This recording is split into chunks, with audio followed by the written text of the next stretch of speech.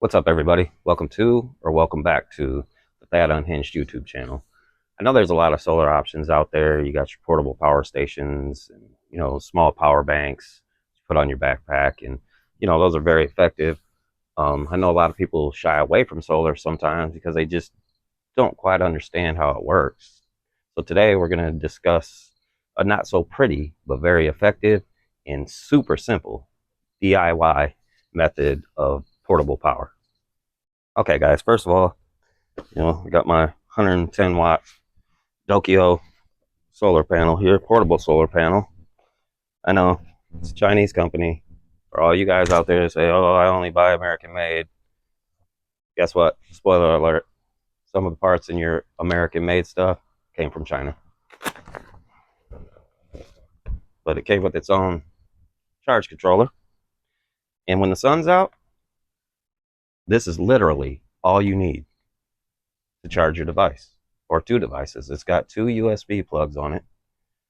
So let's set this up. All right, guys, got our solar panel here. And the way that I understand it is you want to set your solar panel up at a 90-degree angle, or best you can, in direct sunlight. It's pretty self-explanatory. Then plug your charge controller in. Guys, the charge controller, the solar panel sends energy to the charge controller. The charge controller then sends energy to your battery, but your charge controller is what makes sure that you don't overcharge your battery, so it dumps energy. But you can transfer energy as long as you're in the sun and the sun's out. You can transfer energy straight from your charge controller to any device. So, got a bright sunny day here at the ball game. Need to charge my phone. Let's pull this baby out of the car, plug our phone into it, and we are charging. I don't know if you can see that, but it's charging. Okay, guys, now let's take this a step further. All right, we're getting some pretty good charge here. So now, guys, we've established that, these two things, as long as the sun's out, you can charge two USB devices off of it. But say you want to store power, so you'll be able to utilize this after the sun goes down or in an emergency or whatever. Just plug into your charge controller where the battery one is, symbol, and then you just simply hook to the positive, red to the positive, red to the positive, black to the negative. And now we're charging our battery. We have 13.4 volts there.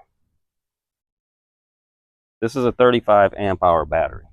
That's what I like about this so much, is there's so many different options. If you want to power bigger things, buy a bigger battery. My solar panels on the house, me and Angie used to have two 75 amp hour batteries running in line with each other. And those went bad, and that's why now I have this 35 amp hour battery, because I'm trying to rebuild that slowly, but I want something in case of an emergency. So now you're storing power, and to utilize your power from your battery, we've got our inverter here. This is just a Harbor Freight.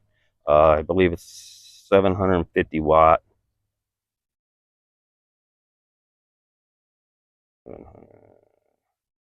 I believe it's 750 watt inverter. So you just simply hook that to your battery. When you want to utilize it, you don't have to keep this hooked to your battery when you're not utilizing it, because it will draw power from your battery. The inverter itself draws power from your battery. I don't know if it does when it's off, but you still don't want to take that chance. So when you do want to utilize it, you just simply turn the switch on, get whatever device it is that you want to run.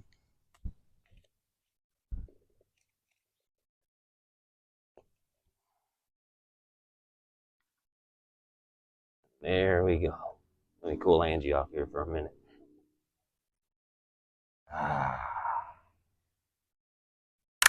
And this 35 amp hour battery, fully charged, will run this little fan for hours.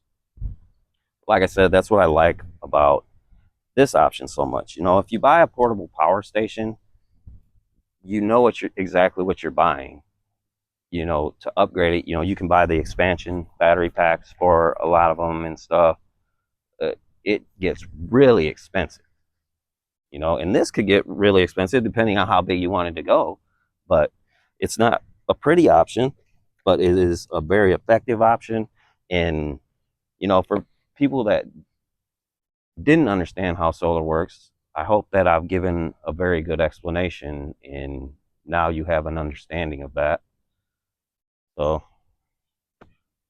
all right, guys, let's get this all packed up and then get out of here. Oh, turn your inverter off before you unhook it.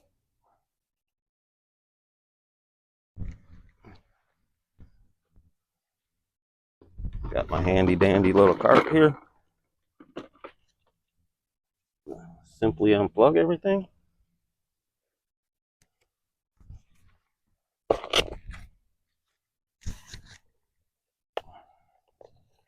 Just stuff back in the little pouch that's attached to the solar panel.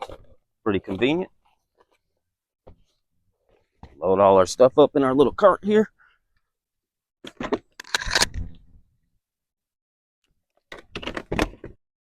All right, guys. One thing I failed to mention before is if you want to run bigger items, you need a bigger battery, but you also need a bigger inverter.